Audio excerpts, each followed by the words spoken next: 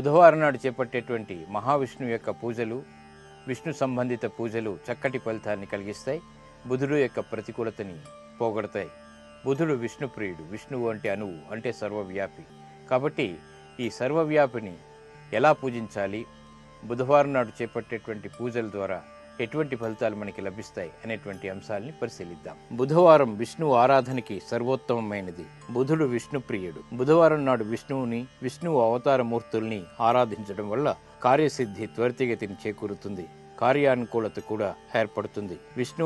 విష్ణువు అవతార స్వరూపమైనటువంటి శ్రీ వెంకటేశ్వర స్వామి, శ్రీరామచంద్రమూర్తి, నరసింహస్వామి, శ్రీకృష్ణుడు వంటి దేవతా స్వరూపాలని నేడు ఆరాధించడం వల్ల జీవితంలో పురోగవృద్ధి సాధ్యమవుతుంది.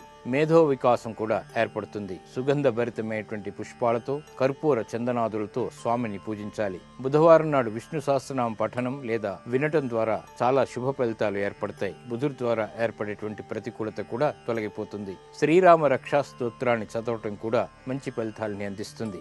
మల్లెలు, గులాబీలు, సన్నజాజులతో, తులసి దళాలతో విష్ణువు అవతార మూర్తుల్ని ఆరాధించినట్లయితే శుభప్రదమైనటువంటి వార్తలు చోటు చేసుకుంటాయి. పానకం, వడపప్పు లేదా క్షీరాన్నాన్ని స్వామికి బుధవారం నాడు నివేదన చేయడం ద్వారా కూడా శుభ ఫలితాలు ఏర్పడతాయి. చిరాకులు దూరమవుతాయి.